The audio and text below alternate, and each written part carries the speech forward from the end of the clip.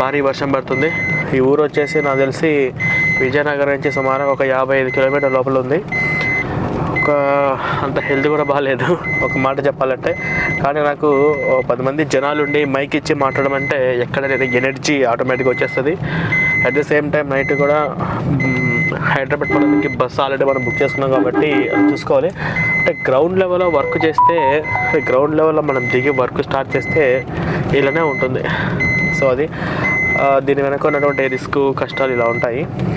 ఇంకా మనకు ఇక్కడ దాకా వచ్చిన తర్వాత కూడా ఇంకా 5 కిలోమీటర్లు వెళ్ళాలి. రోడ్డు ఎప్పుడెక్కడ ఎలా ఉంటుందో తెలియదు, ఎప్పుడెక్కడ వర్షం పడితే ఎలా జరుగుతుందో తెలియదు. చర్చ్ ఎప్పుడు కట్టారా? మనకు తెలియదు అన్న. చిన్నప్పుడు నేను పుట్టక ముందు నుంచి ఉంది. మీరు పుట్టక ముందు నుంచి చర్చ్ ఉందా? ఇప్పుడు చర్చికి ఎవరెవరు వెళ్తున్నారు? చర్చికి అంటే మన సైడ్ అంటే మన హిందువుల్లో ఎవరంటే అక్కడ ఒక ఇల్లు ఉంది, అది ఇల్లు, అక్కడ వెళ్తారు. తర్వాత ఎస్సీపేటలో కొంతమంది ఉన్నారు కానీ వాళ్ళు ఎవరు వెళ్ళరు, అదే ఇల్లే వెళ్తారు. మిగతా ఇల్లు అంతా మన మిగతా హిందువులేనా? మరి ఇక్కడ పాస్టర్ ఎక్కడ? పాస్టర్ ఇల్లు అది పడగొట్టారు, కొత్త ఇల్లు కడుతుంటే అతను పాస్టర్ ఇల్లు కట్టేసి కొత్త ఇల్లు కట్టుకుంటున్నాడా? వేరే దగ్గర ఉంది. ఓకే. ఇప్పుడు ఆ పాస్టర్ కానీ ఇక్కడ ఉన్న ఈ మతం మారి చర్చికి వెళ్తున్నారు కదా, వీళ్ళందరూ కానీ ఇంకా చుట్టుపక్కల ఉన్న వాళ్ళు ఎవరన్నా మతం మార్చడానికి ట్రై చేశారా ఈ గ్రామంలో? అలాగేం లేదు. అలాగని మతం మార్చడానికి ఏం ట్రై చేయట్లేదు. వాళ్ళు ప్రార్థన చేసుకుని వెళ్ళిపోతున్నారు. అని మీకు తెలియకపోవచ్చు, ఈ మతం మారిన వాళ్ళు ఎవరెవరైతే ఉన్నా వారిని మెల్లిమెల్లిగా మార్చే అవకాశాలు ఉండొచ్చు కదా, మనం గెస్ట్ చేయాలి. ఖచ్చితంగా ఉంటాయి. ఆ పక్క ఉన్న వాళ్ళంతా హిందువులే కదా? మొత్తం అంతా హిందువులే. ఇప్పుడు మీటింగ్కి క్రైస్తవులు రారా? క్రైస్తవులు మన దీంట్లోనా హిందువులా వస్తారు, ఎందుకు రారు? ఆ క్రైస్తవులు రమ్మని చెప్పు. ముఖ్యంగా మన క్రైస్తవులను కూర్చోబెట్టి మీటింగ్కు.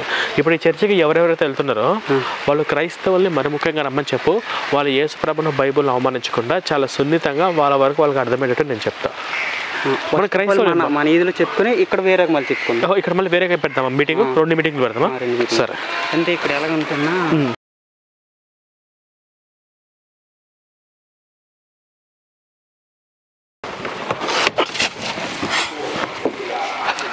పర్లేదు కానీ సరే. ఇంకో గొడుగు తెస్తాను.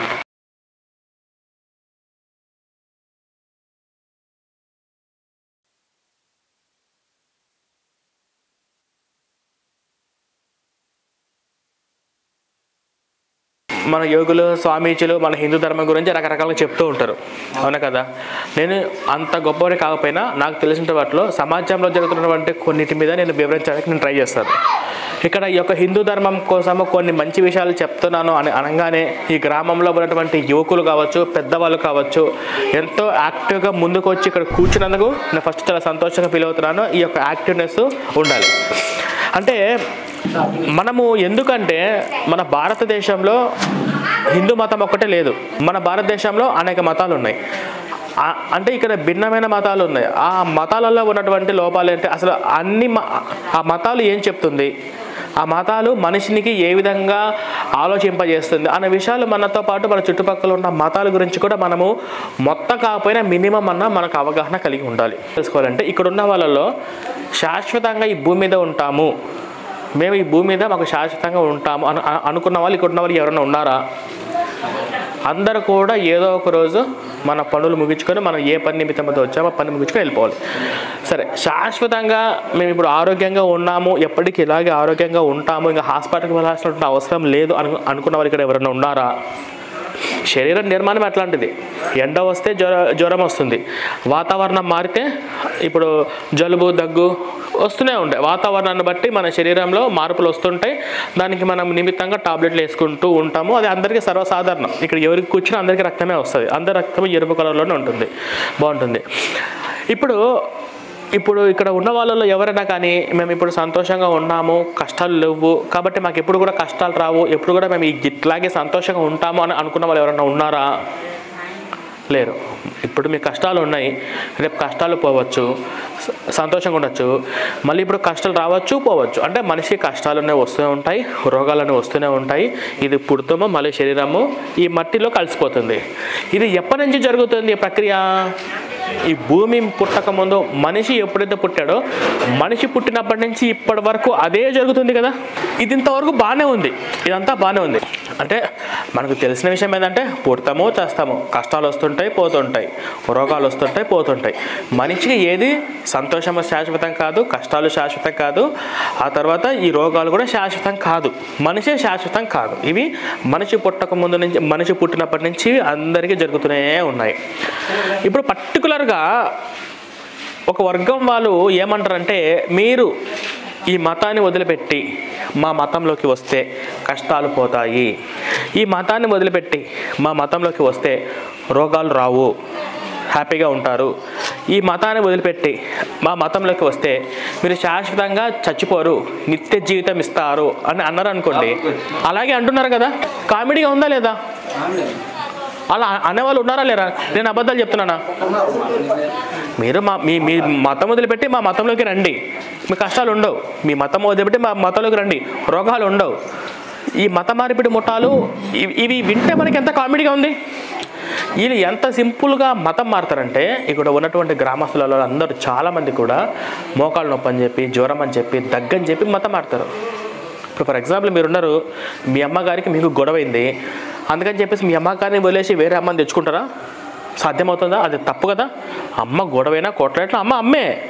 మన అలాంటి అమ్మ లాంటి హిందూ ధర్మం మనది. జ్వరం వచ్చిందని, జలుబు వచ్చిందని, దగ్గు వచ్చిందని చెప్పేసి ధర్మాన్ని వదిలిపెడతా అంటే అమ్మను మారేస్తే ఎంత పాపమో, మన ధర్మాన్ని వదిలిపెట్టి వెళ్తే కూడా అంతే పాపం. ఇది మనం తెలుసుకోవాలి. ఇప్పుడు బేసిక్గా క్రైస్తవంలోకి వెళ్ళిన వాళ్ళందరూ కూడా, మొత్తం క్రిస్టియన్లోకి వెళ్ళిన వాళ్ళందరూ, ఇది అసలు ఈ ఊరు ఉంది, ఈ ఊరికి ఎక్కడ, విజయనగరం టౌన్ నుంచి ఈ ఊరికి దాదాపు 55 కిలోమీటర్లు, చుట్టూ అడవి. అవునా కదా, చుట్టూ అడవి ఉంది, మారుమూల ప్రాంతం. ఈ ప్రాంతంలోకి వచ్చి చర్చి కట్టి ఒక 10-15 మందిని మతం మార్చి చర్చికి తీసుకెళ్తున్నాడు. అవునా? సరే, ఇప్పుడు ఆ చర్చికి వెళ్ళిన వాళ్ళందరూ మీరు క్రైస్తవంలోకి అంటే వాళ్ళందరూ నిన్న మన హిందువులే కదా, కరెక్ట్గా వాళ్ళ తాత ముత్తాతలు ఏమన్నా వేరే దేశం నుంచి వచ్చారా, ఇజ్రాయెల్ నుంచి వచ్చారా? హిందువులే. మీరు ఎందుకు క్రైస్తవంలోకి వెళ్ళారు, ఎందుకు క్రైస్తవ మతంలోకి వెళ్ళారు అంటే, నేను బైబిల్ మొత్తం చదివానండి, బైబిల్లో ఉన్నటువంటి యేసు క్యారెక్టర్ నాకు బాగా నచ్చింది, బైబిల్లో ఎన్నో మంచి విషయాలు ఉన్నాయి, ఈ బైబిల్లో ఉన్నటువంటి మంచి విషయాలు, యేసు క్యారెక్టర్ నాకు బాగా నచ్చడం వల్ల నేను క్రైస్తవంలోకి వెళ్ళాను అని చెప్పే వాళ్ళు ఎవడన్నా ఒక్క క్రైస్తవుడన్నా ఉన్నాడా? లేడు. అసలు మీరు ఎందుకు క్రైస్తవంలోకి వెళ్ళారంటే, చచ్చాక పరలోకం వస్తుంది కాబట్టి క్రైస్తవంలోకి వెళ్ళాడు. సిల్లి లేదా? అంటే మన తాత ముత్తాతలందరూ నరకానికి వెళ్తారా? అవునా కదా. ఇప్పుడు ఫర్ ఎగ్జాంపుల్ మీరు కేజీ టమాటాలు కొనాలి, కేజీ టమాటాలు కొంటారమ్మా. కేజీ టమాటాలు కొనే ముందు ఆ అమ్మేవాడు ఏ పండ్లు ఇస్తే ఆ పండ్లు మీరు తీసుకుంటారా? మీకు నచ్చిన పండ్లు మీరు తీసుకుంటారు కదా. ఒక 30 రూపాయలు కేజీ టమాటాలు కొనుక్కోవాలంటే పండు పండిందా లేదా, కుళ్ళిపోయిందా, ఇది నాకు వంటకు ఉపయోగపడుతుందా లేదా అని ఆలోచించే కదా మీరు 30 రూపాయలు పెట్టి మనము టమాటాలు కొనాలంటేనే మనం 10 సార్లు ఆలోచిస్తాం. ఆలోచించాలి కూడా, అది ధర్మం. ఇప్పుడు అదే ఈ మొబైల్ కొనుక్కోవాలనుకోండి, సెల్ ఫోన్ కొనుక్కోవాలి, ఒక 20,000 ఖర్చు పెట్టి సెల్ ఫోన్ కొనాలి. సెల్ ఫోన్ కొనాలి అంటే 20,000 ఖర్చు పెట్టి సెల్ ఫోన్ కొనాలంటే మీరు ఏం చేస్తారు? ఈ సెల్ ఫోన్లో కెమెరా బాగుందా లేదా, బ్యాటరీ బ్యాకప్ మంచిగా ఉందా లేదా, అసలు మార్కెట్లో చాలా కంపెనీలు ఉన్నాయి, శాంసంగ్, వివో, ఒప్పో, ఎన్నో కంపెనీలు ఉన్నాయి. ఏ కంపెనీ కొనాలని చెప్పేసి మీరు 10 మందిని అడుగుతారా అడగరా? ఇంటర్నెట్లో సెర్చ్ చేస్తారా చెయ్యరా? ఈ మొబైల్ ఏంటని చెప్పి డెమో కోసం మీరు యూట్యూబ్లో వీడియోలు సెర్చ్ చేస్తారా చెయ్యరా? చేస్తారు కదా. అంటే మనం 20,000 పెట్టి సెల్ ఫోన్ కొనాలంటేనే మనం 10 సార్లు ఆలోచిస్తాం. మనం మార్కెట్లోకి వెళ్ళి ఏది పడితే అది కొనం, ఇక్కడ డిసైడ్ చేసుకుని వెళ్తాం.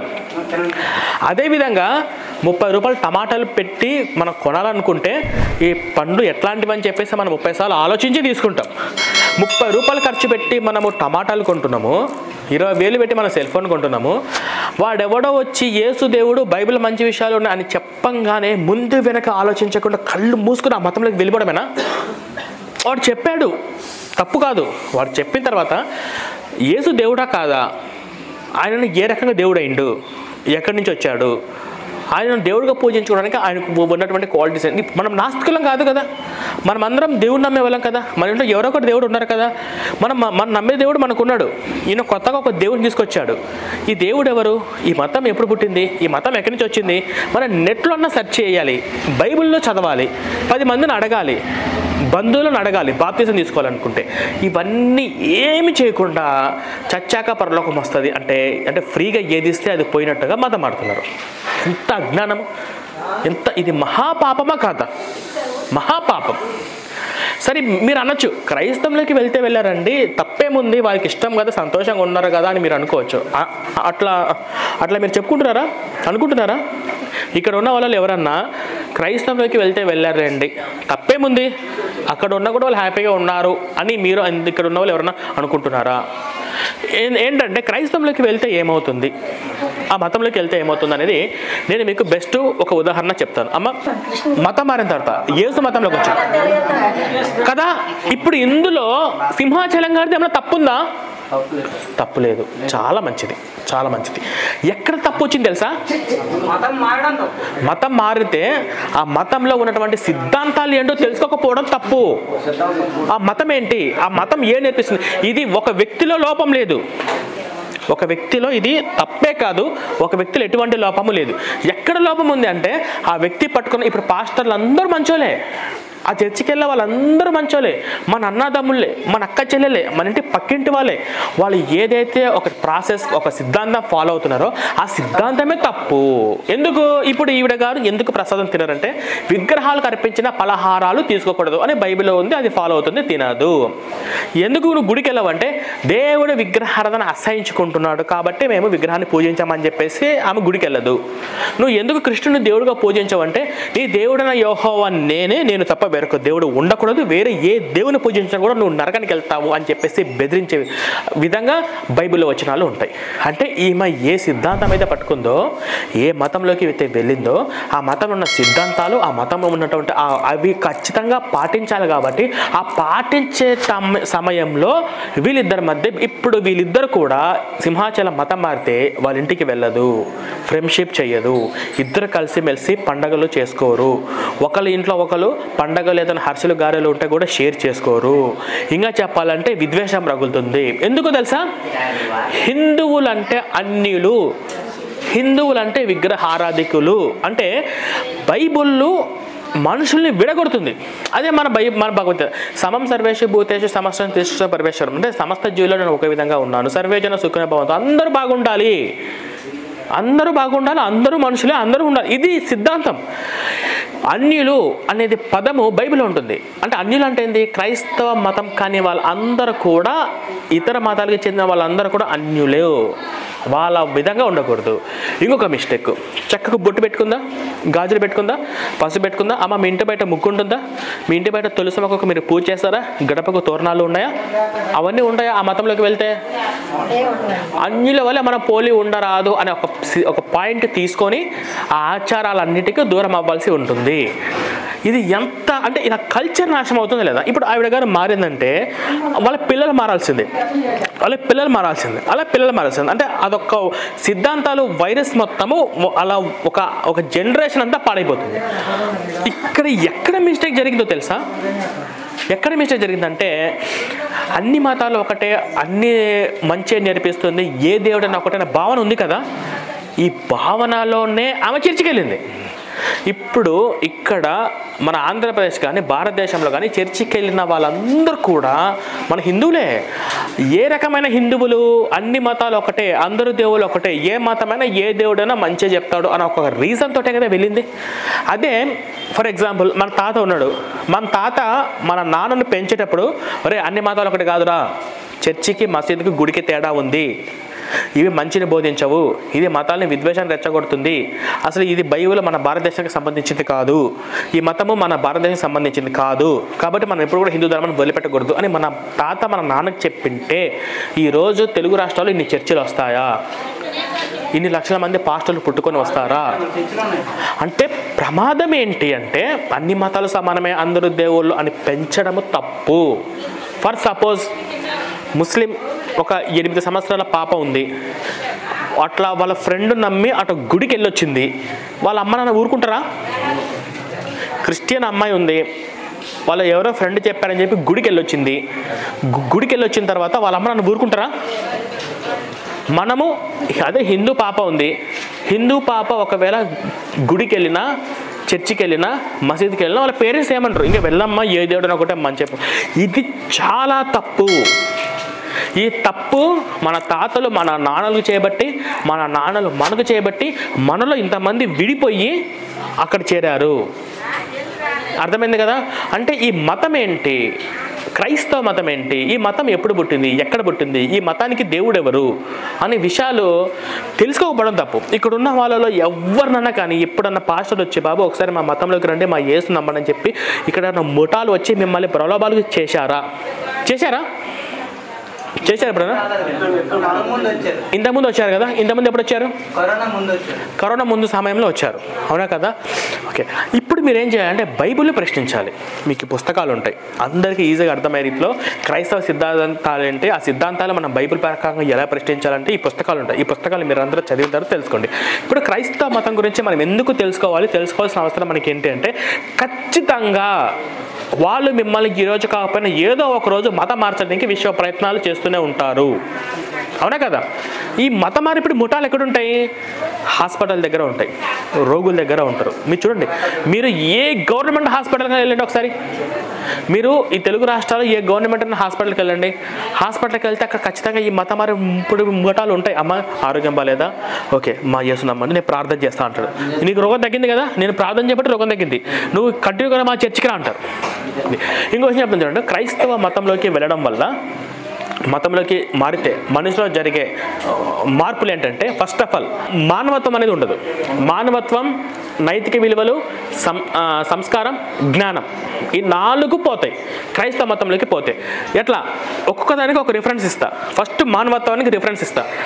క్రైస్తవంలోకి వెళ్ళిన వాళ్ళందరూ వాళ్ళు ఏ విధంగా వాళ్ళ దేవుని భావిస్తున్నారో తెలుసా? ఒకవేళ మా దేవుని కాక పూజించకుండా వేరే ఏ దేవుని పూజించినా కూడా శాశ్వతంగా నిత్య నరకంలో పడేస్తాడు మా దేవుడు అనే ఒక భావనలో ఉంటారు. మీకు తెలిసే విషయము? ఈ భావన మా నాన్న కానీ, మా తాత ముత్తాతలు కానీ, మా పూర్వీకులు అందరూ కూడా యేసు దేవుడిగా నమ్మలేదు కాబట్టి వాళ్ళందరూ ప్రజెంట్ నరకంలో మలమల మాడుతున్నారు అని చెప్పేసి వాళ్ళు ఒప్పుకుంటారు వాళ్ళు. అంటే ఒక దేవుడికి ఇలాంటి లక్షణాలు ఉంటాయా, నమ్మపోతే నరకంలో పడేస్తాడా, ఇది సాధ్యమవుతుందా అనే విధంగా మనిషి మానవత్వం ఆలోచించే బైబిల్లో ఉంటే ఉంది, వాడు ఆలోచించలే విధంగా మానవత్వం అనేది ఉండదు. నెక్స్ట్, ఇప్పుడు సంస్కారం చెప్తున్నా. సంస్కారం ఒక పాయింట్. నేను ఒక మాట చెప్తున్నా, మీరు యేసు దేవుడిగా పూజించున్నారు, పూజించుకోండి, ప్రాబ్లం లేదు. మీరు బైబిల్ దైవ గ్రంథం అనుకోండి, ప్రాబ్లం ఏం లేదు, ఓకేనా? మీ ఇష్టం ప్రకారం మీరు మన వాళ్ళే నేను భావిస్తా. నేను రాముడిని దేవుడిగా పూజించుకుంటున్నానమ్మా అని అనుకో, రాముడు దేవుడు ఎట్టయితాడు? ఆయన విగ్రహం కాదు, బొమ్మ కాదు అంటారా?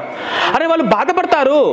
ఈ మాట అనగానే వాళ్ళ మనోభావాలు దెబ్బతింటాయని ఏ క్రైస్తవుడు ఆలోచించాడు, తక్కువ అనేస్తారు. మనం యేసుప్రభుని ఒక మాట అనాలంటే మనం ఎన్ని రకాలు ఆలోచిస్తామని, యేసుప్రభుని కోట్ల మంది ఆరాధంగా దైవంగా భావిస్తున్నారు కదా. ఒకవేళ యేసుప్రభు ఏమన్నా అంటే వాళ్ళ మనోభావాలు దెబ్బతింటే మనం ఆలోచిస్తాం, వాళ్ళు తక్కువ సింపుల్గా అనేస్తారు. కానీ నిన్న మొన్న దాకా వాళ్ళ నాన్న, వాళ్ళ తాత ముత్తాతలు ఆ మతంలో ఉన్నవాళ్ళే, అవునా? అంటే ఇక్కడ సంస్కారం ఉండదు. మన దేవుడు వాళ్ళు పూజించొద్దు, పూజించకపోయినా పర్వాలేదు, గౌరవిస్తే చాలు. ఆ గౌరవించడం కూడా ఉండదు. ఎందుకు ఉండదు? వాళ్ళు పట్టుకున్న బైబిల్ అది. వాళ్ళు ఇతర దేవుళ్ళని పూజిస్తే వాళ్ళు చంపండి, నరకండి, ఆ దేవుళ్ళు కాదు. ఈ పుస్తకం చదివితే ఆ బైబిల్ ఉన్న దరిద్రం మీకు అర్థమవుతుంది. అంటే మానవత్వం ఉండదు, సంస్కారం ఉండదు. ఇప్పుడు నైతిక విలువలు చెప్తాను, నైతిక విలువలు ఎగ్జాంపుల్స్ చెప్తాను. మన భారతదేశానికి ఒక సంస్కృత కల్చర్ అంటూ ఉంది. ఏంటిదంటే బొట్టు పెట్టుకోవడం, ఈ సంస్కృతి ఇదంతా పోతుంది. నైతిక విలువలు అంటే ఏంటంటే, ఫస్ట్ ఆఫ్ ఆల్ మనం ఎవరికి ఇంపార్టెంట్ ఇస్తామంటే మాతృదేవోభవ, పితృదేవోభవ, ఆచార్య దేవోభవ అని మనం అంటాం. ఎందుకు? మనల్ని నవమసాలు మోసింది ఎవరు? మనకు అడుగుజాడలో అవసరమైంది ఎవరు? నాన్న. మనకి విద్య నేర్పించింది ఎవరు? గురువు. తల్లి, తండ్రి, గురువు, దైవం. దేవుడు ఎవరైనా కానీ 4th ప్లేస్. 4th ప్లేస్ దేవుడే. ఫస్ట్ అమ్మకి ఇస్తాం. ఆ పురిటి నొప్పులు భరాయించింది అమ్మ. మనకు ఎదుగుదల అయ్యేంత వరకు అమ్మ మనకి 24 గంటలు బాడీ గార్డ్గా ఉండి మనల్ని పెంచింది. మనకు అడుగు జాడలో అవసరమైంది నాన్న. మనకు విద్య నేర్పించింది గురువు. తల్లి తండ్రి గురువు వీళ్ళ ముగ్గురులో ఏ ఒక్కరు కూడా వాళ్ళ బాధ్యత చేయకపోతే కని పెంచేసి వదిలేస్తే మీరు ఎటో ఉండిపోయేవాళ్ళు. కని పెంచేసి వదిలేసి జ్ఞానం చెప్పకపోయి ఉంటే మీరు ఎటో ఉండేవాళ్ళు. అంటే వీళ్ళ ముగ్గురు వాళ్ళ బాధ్యత నిర్వర్తించారు. దేవుడు అన్నాడు 4th ప్లేస్. అదే ఈ క్రైస్తవ మతంలోకి వెళ్ళారనుకోండి, ఇది పాటించారు వాళ్ళు. మాకు ఫస్ట్ దేవుడు ఏం పాటే మేము దేవుడికే అంటారు. అవసరమైతే మా దేవుడు తల్లిదండ్రులు ద్వేషించమన్నాడు. తల్లిదండ్రులు ద్వేషించమని చెప్పేసి బైబిల్లో ఉంటుంది. లూకాసు వార్త 14:26 ఉంటుంది. చదివితే మీకు అర్థమవుతుంది. అట్లా అంటే నైతిక విలువలు ఉండదు. బొట్టు పెట్టుకోవడము మన భారతదేశ కల్చర్కు దూరం అవుతున్నారు. ఇది జరుగుతుంది. తర్వాత జ్ఞానం ఉండదు. జ్ఞానం ఎట్లా అంటే వాళ్ళు ఒక సిద్ధాంతం నమ్ముతారు. ఏం సిద్ధాంతమో తెలుసా? విచిత్రమైన సిద్ధాంతం ఏంటంటే, ఇప్పుడు మనమందరము పాపాలు చేస్తున్నామంట. మన పాపాలకు మనం పుట్టకముందే ఆయన 2000 ఏళ్ల క్రితము సిలువలో చచ్చిపోయాడంట. ఆలోచన లాజిక్ ఉందా? 2000 సంవత్సరాల క్రితము నా భక్తులందరూ పుడితే పాపం చేస్తారు. పాపం చేశా కాబట్టి ఇప్పుడు నేను చచ్చిపోయి సిలువలో వేలాడుతూ మనం రక్తం కారుద్దాం అని చెప్పేసి ఎక్కడన్నా అనుకుంటాడా? జ్ఞానం ఉన్నవాడు ఎవరైనా ఆలోచిస్తాడా? ఇప్పుడు మీరు ప్లగ్లో వేలు పెట్టారు, ఎవరికి షాక్ కొడుతుంది? ఎవరైతే పెట్టారో అలాగే కొడుతుంది. అంతేగాని మీరు ప్లగ్లో వేలు పెడితే ఆయన నమ్ముకుంటే ఆయనకు షాక్ కొడుతుందా? ఇది జ్ఞానం అనేది ఉండదు. అంటే క్రైస్తవ మతంలోకి వెళ్తే మానవత్వము ఉండదు, నైతిక విలువలు ఉండదు, జ్ఞానము ఉండదు, సంస్కారం ఉండదు. నాశనం అవ్వడానికి అంత మించి ఇంకేముంది?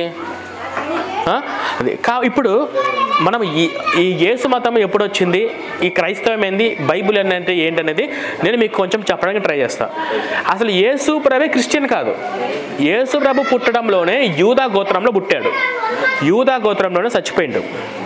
ఆయన చచ్చిపోయి ఇదంతా జరిగిన తర్వాత 500 సంవత్సరాల తర్వాత ఆయన పేరు మీద ఒక కొత్త మతాన్ని సృష్టించాడు. మనము యేసు ప్రభువుని తప్పు పట్టడానికి అవకాశం లేదు. ఎందుకంటే ఇందులో ప్రత్యక్షంగా ఆయన ప్రమేయం అంటే ఏమీ లేదు. ఆయన పేరు పెట్టుకొని వీళ్ళు వ్యాపారాలు చేస్తూ మోసాలు చేయడమే తప్ప అసలు యేసు ప్రభు ఎట్లాంటి అంటే, మీరు చూడండి వీళ్ళు ఏమంటారు పాస్టర్లు, మా యేసు ప్రభు శక్తి గలవాడు, సూపర్ మ్యాన్, హీ మ్యాన్, ఏదైనా చేయగలడు, గొప్పవాడు అని వీళ్ళు అంటుంటారు కదా. బైబిల్ ఓపెన్ చేసి చూస్తే వాళ్ళు సైనికులు వచ్చి పట్టుకొని సిలువ వేస్తారంటే వెళ్ళి కొండకెళ్ళి దాక్కుంటాడు. భయంతో గజ్జ వణుకుతాడు. అతను పుట్టాడు, చచ్చిండు. ఈ మధ్యలో 20 ఏళ్ళు మిస్సింగ్, ఎక్కడ పోయిండో కూడా తెలియదు. చచ్చిపోతాడు అనగా 3 సంవత్సరాల ముందు మాత్రమే బైబిల్లో యేసు కనిపిస్తాడు. ఈ యేసు కూడా 3 అంటే ఒక సాధారణమైనటువంటి ఒక వ్యక్తికి ఉన్న బలము, ధైర్యము ఇవి కూడా ఆ యేసులో లేవు. ఇప్పుడు ఉదాహరణకు ఈ సీజన్లో మామిడికాయలు కాయలేదని చెప్పేసి మనం మామిడి చెట్టును నరికేస్తామా? మనం ఏమన్నా మామిడి చెట్టు ఏమన్నా అంటామా? ఎందుకు? ఇది సీజన్ కాదు. మే నెలలో మామిడి చెట్టుకు మామిడికాయలు కాస్తాయి. ఈ సీజన్లో కాయవు, మనకు తెలుసు అది. కానీ అంజూరపు వృక్షము పండ్లు కాయలేదని చెప్పేసి అంజూరపు వృక్షాన్ని శపిస్తాడు. అది సీజన్ కాదురా అంటే, ఆహో ఇది సీజన్ కాదా? అప్పుడు అర్థమవుతుంది యేసుకి మతి స్థిమితం లేదు. మార్కు 3:21 ఉంటుంది. యేసుకి మతి స్థిమితం లేదని ఉంటుంది.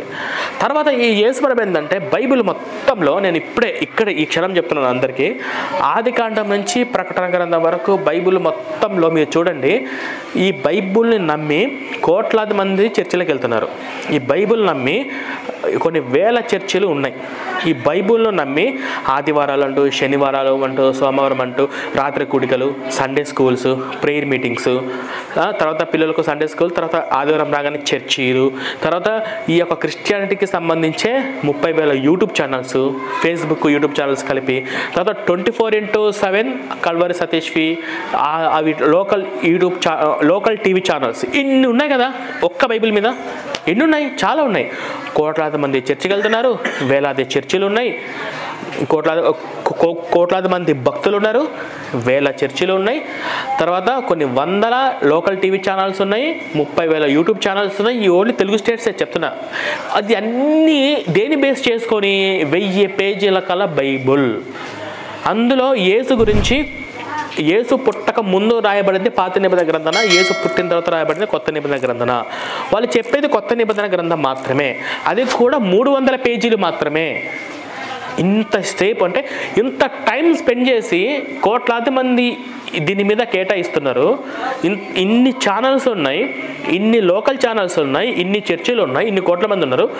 ఇదంతా ఒక బైబిల్ మీదనే అసలు బైబిల్లో ఏమున్నాయి అంటే ఆది కాండం నుంచి ప్రకటన గ్రంథం వరకు బైబిల్ తీసుకొని మీరు ఏ పాస్టర్ దగ్గరికి వెళ్ళండి, బైబిల్లో మంచి విషయాలు ఏమున్నాయి అని మీరు పాస్టర్ని అడిగితే వాడు చెప్పేదో తెలుసా, నిన్ను వల్ల నీ పొరుగువాడిని ప్రేమించండి మంచి మాట కదా అంటారు. దాని తర్వాత ఏంటంటే వ్యభిచరించకూడదు, దాని తర్వాత ఏంటంటే నరహత్య చేయకూడదు. అవి అసలు బేసిక్ థింగ్స్ చిన్న పిల్లలకు తెలుసు కదా, అయితే వాడు చెప్తేనే మనకు తెలుసు, వాడు చెప్పకపోతే మనకు తెలుసు.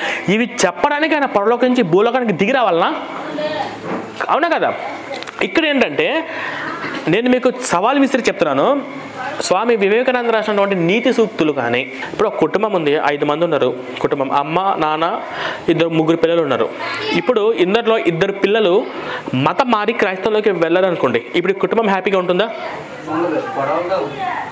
అంటే ఆ గొడవలకు కారణం ఏంటంటే ఆ మతము, ఆ మత సిద్ధాంతాలు, ఆ మతాలు నేర్పించే పద్ధతులు. ఇక్కడ మనం అందరం తెలుసుకోవాల్సింది ఏంటంటే ఎట్టి పరిస్థితుల్లోనూ పొరపాటుగా కూడా చర్చిలకు వెళ్ళడం తప్పుగా భావించండి, మహాపాపంగా భావించండి. వెళ్ళిన వాళ్ళందరూ కూడా మన వాళ్ళే.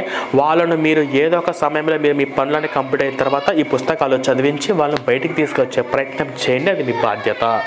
అది వాళ్ళు మన వాళ్ళే, మన అన్నదమ్ములు, మన అక్క చెల్లెలు. వాళ్ళ మీద జాలి చూపించండి. వాళ్ళు మన దేవుడిని తిడతారు, మీ దేవుడు విగ్రహం అంటారు, మీ దేవుడు రాయి అంటాడు, మీ ప్రసాదం మేము తినము అంటారు, వాళ్ళు పిచ్చి పిచ్చిగా మాట్లాడతారు. దయచేసి అవి లైట్ తీసుకోండి. వాళ్ళు మన వాళ్ళే, తెలియదు, దైవ దూషణ చేస్తున్నారు. ఓకేనా? అలా వాళ్ళని బయట తీసుకొచ్చే ప్రయత్నం చేయండి. ఇప్పుడు మనం ఉన్నామండి, మనము శ్రీరామనవమి జరుపుకుంటున్నాము. కృష్ణుడు ఏమైనా అరే నాకు చెయ్యట్లేదు రైలు సరిగా శ్రీరామనవమి బాగా, కృష్ణుడు ఏమైనా ఫీల్ అవుతాడా? అలా ఫీల్ అయితే కృష్ణుడు దేవుడు అవుతాడా? ఒక దేవుడికి అటువంటి లక్షణాలు ఉంటాయా? ఇప్పుడు రాముడికి ఇప్పుడు కృష్ణాష్టమి వచ్చింది, కృష్ణాష్టమి మనం జరుపుకుంటుంటాము. నరసింహస్వామి ఏమన్నా అరే వాళ్ళు కృష్ణాష్టమి బాగా చేస్తారా, నాకైతే అసలు చేయరురా, నరసింహస్వామి అని ఫీల్ అవుతాడా? అలా ఫీల్ అయితే వాళ్ళు దేవుడు. ఎందుకు? రాముడైనా కృష్ణుడైనా నరసింహస్వామి అయినా ఇవన్నీ శ్రీ మహావిష్ణువు తీసుకున్న దశావతారం. దేవుడు ఒకడే, అనేక రూపాలలో అనేక సందర్భాలలో ఈ భూమి మీద ధర్మ సంస్థాపన స్థాపించడానికి అవతరించుకుంటూ వచ్చాడు. ఓకేనా? ఇప్పుడు బైబిల్ ఉంటుంది కదా, ఈయన కాకుండా వేరే దేవుని పూజ చేస్తే అసహించుకుంటాడు. దేవుడి విగ్రహారాధన అసహించుకుంటాడు, ద్వేషించుకుంటున్నాడు. ఇదేందరా ద్వేషించడం ఏంటి? నువ్వు మంచి పనులు చేయి, మంచిగా ఉండు, మంచిగా జీవించు అనే దానికి చెప్పడు. ఈ లాజిక్ ఏం తెలుసా? క్రిస్టియానిటీ ఫిలాసఫీ అంటే తెలుసా? మీరు ఎన్ని మంచి పనులు చేసినా, మీ జీవితం మొత్తం మీరు సంపాదించే సంపాదన దాన ధర్మాలు చేసినా, జస్ట్ యేసు దేవుడికి నమ్మలేదు కాబట్టి మొత్తం మీరు అనంత శాశ్వత కోట్ల సంవత్సరాలు నరకంలో ఉంటారు. అది ఫిలాసఫీ. మన హిందుత్వం ఏం చెప్తుందంటే నువ్వు మంచి చేయి, చెడు చేయి, నువ్వు ఏం చేయి. కర్మ సిద్ధాంతం అనేది ఒకటి ఉంటుంది. అంటే నువ్వు పాపం చేస్తే ఆ పాపం నిన్ను వెంటాడుతుంది. ఈ జన్మలో మిస్ అయిందా, మళ్ళీ వచ్చే జన్మలో నిన్ను వెంటాడుతుంది. పాపం ద్వారా వచ్చేది పాపకర్మలు, పుణ్యం ద్వారా వచ్చేసి పుణ్యకర్మలు. ఇవి ఏవైనా నువ్వు అనుభవించి నువ్వు మోక్షానికి చేరుకోవాలి. సరే నిజమో అబద్ధమో అలా ఉందో లేదో, కానీ వినడానికి కర్మ సిద్ధాంతం అనేది మనస్ఫూర్తిగా ఒక మానవత్వంతో లాజికల్గా ఉంది. కేవలం దేవుని నమ్మని కారణంగా నరకంలో పడేయడం ఏంటి? ఇదైనా లాజిక్కా? ఏమన్నా లాజిక్కా? కాబట్టి ఇక్కడ మనం అందరం తెలుసుకోవాల్సింది ఏంటంటే ఆ క్రైస్తవ మతంలోకి వెళ్తే మనం ఎందుకు మతం గురించి తెలుసుకోవాలంటే ఇక్కడ చర్చి కట్టి 10 మంది వెళ్తున్నారు. ఆ 10 మందికి ఒక రకమైన పిచ్చి ఉంటుంది, ఎలాగైనా సరే వాళ్ళని కూడా మన మతంలో కలుపుకోవాలి అని. పోనీ నిన్న వినాయక చవితి జరుపుకున్నారు, ఆ 10 మందిలో ఒక్కరన్నా వచ్చారా? ఆ 10 మందిలో ఒక్కరన్నా వచ్చి ప్రసాదం తిన్నారా? ఇప్పుడు ఆ 10 మంది రేపు 20 మంది కారు అని గ్యారంటీ ఉందా? ఆ 20 మంది 50 మంది కారు అని గ్యారంటీ ఉందా? ఇప్పుడు ఇటువంటి గుడిలో భజన కార్యక్రమాలు చేసినప్పుడు ఇందులో సగం మంది మతం మారితే ఒక్కరు కూడా రారు అని జనాభా తగ్గే అవకాశం లేదు అని మీరు అనుకుంటున్నారా? అవునా కదా? ఈ ఊర్లో మొత్తం ఎన్ని చర్చిలు ఉన్నాయి? ఒక చర్చి ఉంది కదా. వాడు ఒక చర్చి వచ్చి ధైర్యం కట్టాడు. ఎక్కడ కట్టాడు? హిందువుల మెజారిటీకి ఉన్న ప్రాంతంలోకి వచ్చి ఒక చర్చి ధైర్యం కట్టాడు. అదే ఈ ఊరు మొత్తంలో ముస్లిమ్స్ మెజారిటీ ఉంటే వాడు ఒక చర్చి కట్టడా? కట్టనిస్తాడా? వాడికి అంత ధైర్యం ఉంటుందా? అంటే మనం అందరం మౌనంగా ఉన్నాం. మన ధర్మానికి, మన మతానికి మనం ఇంపార్టెంట్ ఇవ్వట్లేదు. మనం చేసే తప్పు కూడా అదే. నేను చెప్తున్నా అబద్ధం అనుకోండి, పోనీ అన్ని మతాలు ఒకటే, అందరూ దేవుడు అని ఒకటే భావన మన మైండ్లో ఉందనుకుంది. కాసేపు ఇక్కడ ఉన్న మనం అందరము చర్చికి వెళ్ళి చర్చిలో కూర్చుందాం. వాడు ఎంతసేపు పాస్టర్ వాక్యం చెప్తారో అంతసేపు మన వాక్యం విందాం. ఆ తర్వాత మన దగ్గరికి వచ్చి జస్ట్ రాముల ప్రసాద్ ఇద్దాం. వాళ్ళు తింటారా? వాళ్ళు ఎవరికి ఇంపార్టెంట్ ఇచ్చారు? వాళ్ళ దేవుడికి ఇచ్చారు, వాళ్ళ మతానికి ఇచ్చారు, వాళ్ళ పాస్టర్కి ఇచ్చారు. మనం ఎవరికి ఇంపార్టెంట్ ఇస్తున్నాం? ఎదుటి మనిషికి ఇస్తున్నాం. ఇది తప్పు. వాడు ఆదివారం చర్చికి రమ్మని చెప్తే నువ్వు శనివారం గుడికి రా అని చెప్పు. వాడు వస్తాడా? మనం వెళ్ళాం. మీ ఇంటికా నుంచి మా ఇల్లు ఎంత దూరమో మా ఇంటికా నుంచి కూడా మీ ఇల్లు అంతే దూరం. ఇక్కడ మనం అందరం తెలుసుకోవాల్సింది ఏంటంటే, మీరు మన రామాలయంలో మనం భజన కార్యక్రమం చేసుకుంటాము, రాముడి గురించి మనం చెప్పుకుంటాము, మనం ఇంతవరకు బాగానే ఉంది. కానీ వాళ్ళు చర్చిలో ఒకసారి మీరు చెవులు పెట్టి వినండి, పోనీ వీడియో పెట్టి రికార్డ్ చేయండి.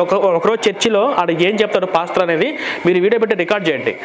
వాడు కానీ విగ్రహారాధన పద్ధతి, విగ్రహాలు నరకానికి వెళ్తారు, మన దాంట్లో నిజమైన దేవుడు ఎవరో తెలుసుకోకుండా విగ్రహాలు పూజిస్తున్నారని చెప్పేసి ఒక్కసారైనా హిందుత్వం గురించి దూషించకుండా, ఒక్కసారైనా ప్రసంగంలో హిందూ ఆరాధన పద్ధతిని కించపరచకుండా ఉంటాడేమో ఛాలెంజ్ చేసి చెప్తున్నాను. ఒక్కసారైనా చెప్పు, వాడు హిందుత్వాన్ని కించపరచకుండా ఉంటాడా? ఓ పని చేయండి, చర్చిలో ఎవ్వరు తెలియకుండా ఫోన్ పెట్టి రికార్డ్ చేయండి. ఒక్క ఆదివారం పూట వాడు చెప్పేది మొత్తం జాగ్రత్తగా వినండి. విన్న తర్వాత వాడు హిందుత్వాన్ని కానీ, హిందుత్వంలో ఉన్నటువంటి విగ్రహారాధన పద్ధతిని కానీ కించపరచకుండా ఉంటాడేమో చూద్దాం. సాధ్యమవుతుందా? ఒక్కసారి వాడు హిందుత్వాన్ని కించపరచకుండా, హిందూ దేవులను అవమానించకుండా వాడు ఉండలేడు. అలా ఉండనివ్వకుండా వాడిని బైబిల్ అలా తయారు చేస్తుంది. ఇది పాయింట్. ఓకేనా? కాబట్టి మనము పాస్టర్ అంటే మనము ఈ బైబిల్లో ఉన్న వాటికి మేము ప్రశ్నిస్తాం, సమాధానం చెప్పండి అని చెప్పేసి మీరు అడగండి. బైబిల్ గురించి మాకు తెలియవాడు ఏం చెప్తే అది మనం వినకండి. ఇక్కడ ఉన్నటువంటి పెద్దవాళ్ళు ఎవరైతే ఉన్నారో ఈ మత మార్పిడి ముఠాలు గ్రామంలోకి ప్రవేశించిన వెంటనే అందరు కలిసి ఏకమవ్వండి. వాడు ఇక్కడ పాస్టర్ వాడు పని బాట ఏముండదు. వాడు ఎవరిని ఎప్పుడు ఎక్కడ దొరికితే మత మార్పిడి చేద్దామని పని ఉంటాడు.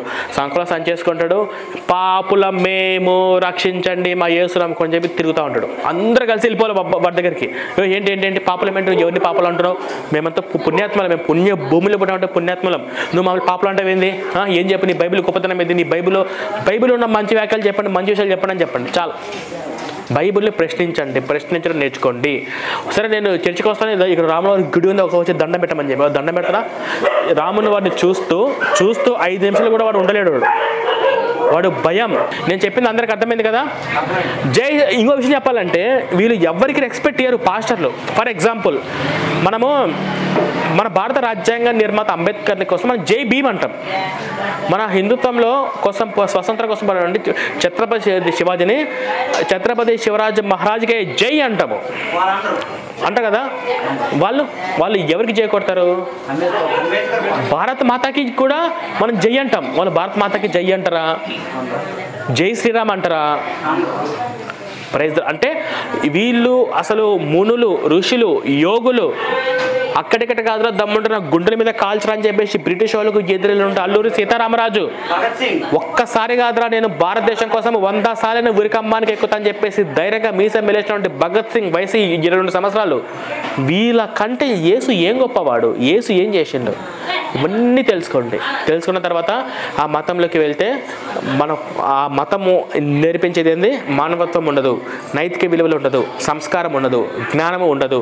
ఇవి తెలుసుకొని అక్కడికి వెళ్ళిన వాళ్ళందరికీ ఇవన్నీ ఏమి ఉండవు. కాబట్టి ఆ మత సిద్ధాంతాల గురించి తెలియజేసి వాళ్ళందరూ ఆ మతం నుంచి బయటికి తీసుకురావడం మీకు కూడా మీ అందరి బాధ్యత. దీనికోసం మీరు 24 గంటలు మాలాగా ఎక్కడెక్కడి నుంచో మీరు తిరగాల్సిన అవసరం లేదు. మీ చుట్టుపక్కల అమ్మ ఇటు రండి, బైబిల్ ఇలా ఉంది, మీరు ఎందుకు చర్చికి వెళ్తున్నారు?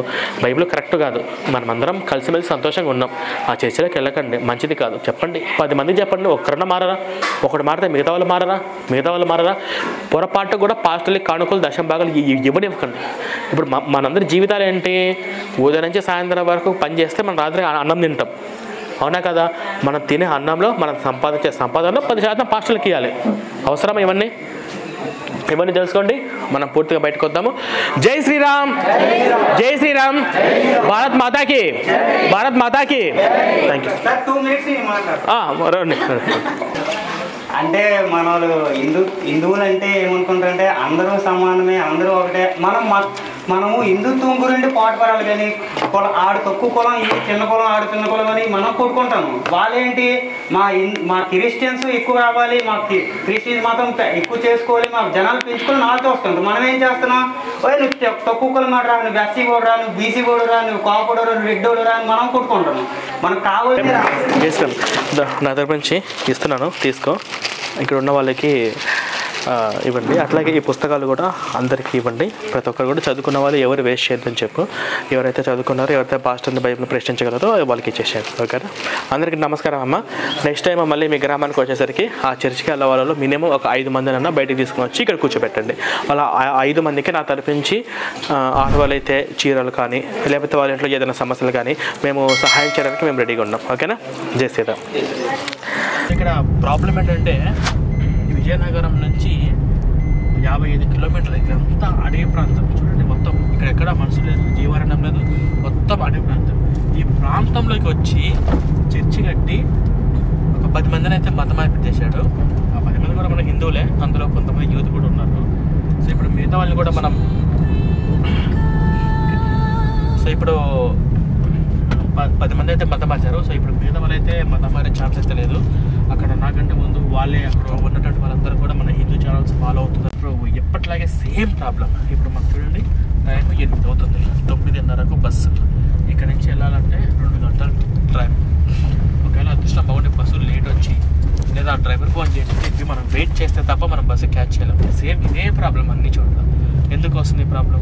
మార్నింగ్ అంతా సబ్స్క్రైబర్స్ ఫోన్ చేసి కలవండి, నన్ను కలవండి, విజయనగరం వచ్చారని చెప్పేసి అన్నారు కదా. అలా కలవడం వల్ల అక్కడక్కడ వల్ల కొంత టైం అనేది వేస్ట్ అవుతుంది. అందుకే నేను కలవడానికి చూపండి, ఎందుకంటే ఈ జర్నీలే గంటలు అవుతుంది. సో ఖచ్చితంగా మన ఛానల్ సబ్స్క్రైబ్ చేసుకొని మనం